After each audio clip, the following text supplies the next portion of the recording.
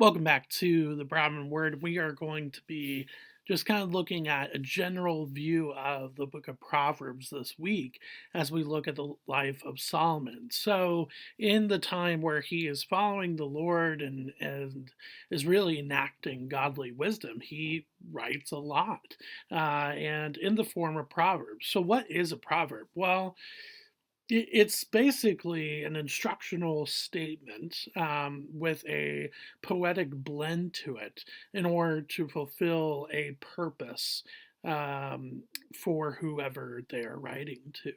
And for us, all of the Proverbs very much can help us in many, many different ways. However, let's start with chapter one.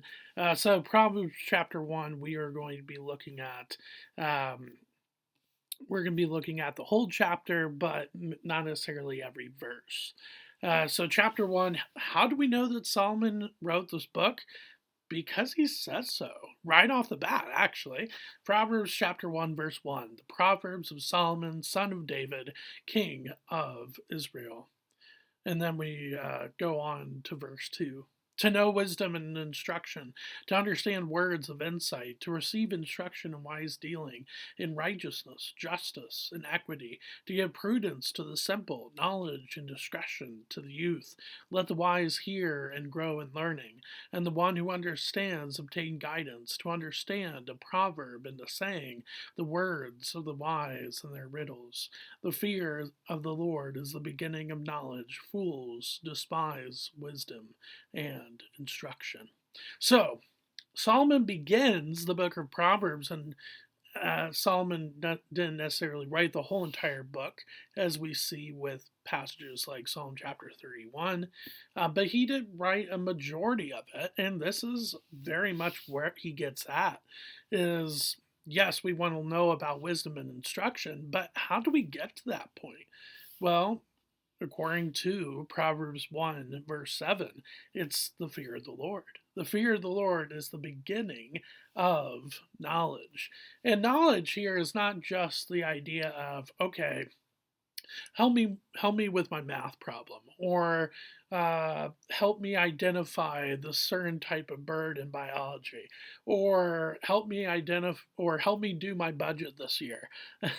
It's, don't get me wrong, you do need knowledge and understanding to do those things, but that's really not what's being talked about here. The knowledge that's being talked about here is knowledge pertaining to wisdom, and especially godly wisdom at that. And then godly wisdom helps us then tackle the problems that we have with the day to day things, and not necessarily all of them being spiritual in nature. So we see that with chapter 1, verse 7. But then it's interesting. Solomon then goes into verse 8.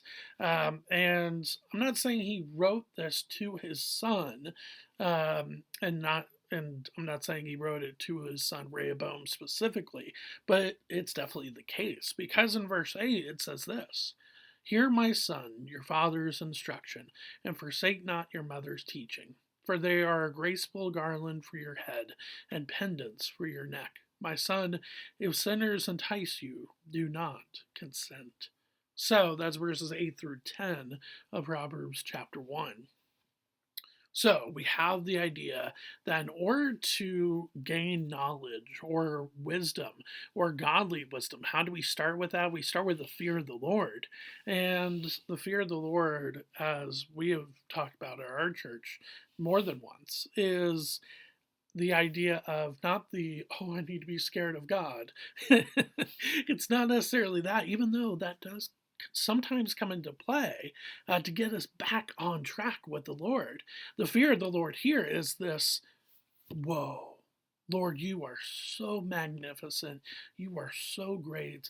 I I'd be crazy not to follow after your footsteps, not to obey your commandments. That is what we see with this phrase, the fear of the Lord, through much of Scripture, not just here in the book of Proverbs. Well, in order to put this to the test, Solomon or to use this, Solomon encourages his own son.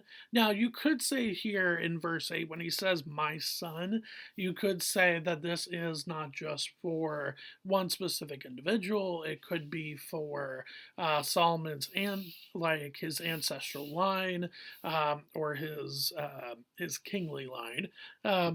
And I think that's definitely part of it. But you could also look at it as my son being the subjects that are under his kingship, which would be the whole entire country of Israel.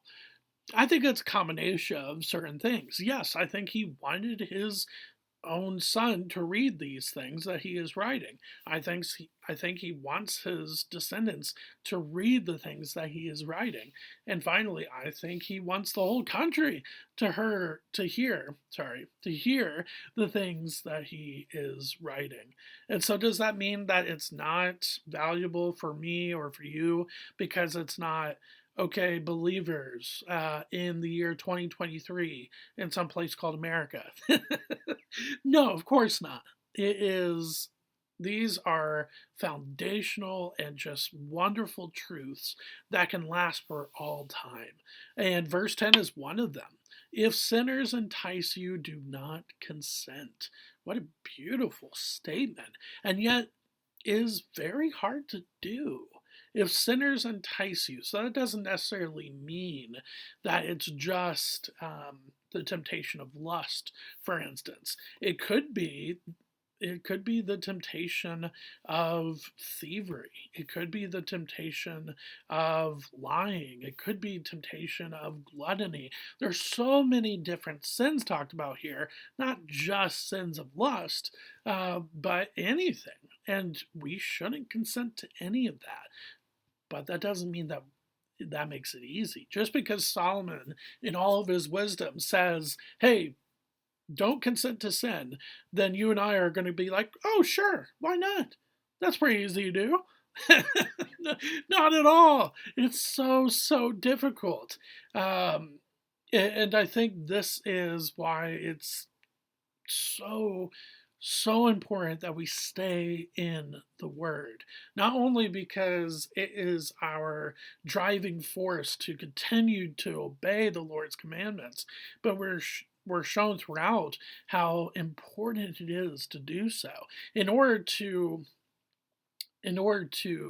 not consent to sin. We have to know, well, is this thing sin or not? And we can't really know that if we don't spend time in the Word, if we don't spend time learning about godly wisdom, if we don't spend time fearing the Lord. And so he goes on with us for the rest of the chapter. There's a couple other voices here, or sorry, verses that are really interesting in Proverbs chapter 1. And it's this very pinpoint, just step by step, point by point writing of biblical poetry, which we can cover another point sometime. I think I did with an earlier Broadman word, maybe in early 2022. I might have talked a little bit about biblical poetry, but it is beautiful to see. But let's end with this. Verse 20 in Proverbs chapter 1. Wisdom cries aloud in the street, in the market she raises her voice. At the head of the noisy street she cries out. At the entrance of the city gate she speaks. How long, O simple ones, will you love being simple? How long will scoffers delight in their scoffing, and fools hate knowledge? If you turn at my reproof, behold, I will pour out my spirit to you. I will make my words known to you. And then it keeps going on and on and on, as wisdom personified is talking. Now, this doesn't mean that you and I pray to wisdom or pray uh, to the little g god of wisdom, whoever that might be. It's the idea of, okay, this is what wisdom does. This is what wisdom is. And this cry for the followers of God to stop being simple. It's not that they the call is not for them to not be stupid, but the call is for them, sorry about that, but for the call is for them to embrace godly wisdom, is to run to the Lord for the knowledge and wisdom and the guidance that we need. That is what is at stake in Proverbs chapter 1. So on Thursday, we'll continue looking a little bit at the book of Proverbs. But thank you for spending some time here with me today with the Brahmin Word. Thanks.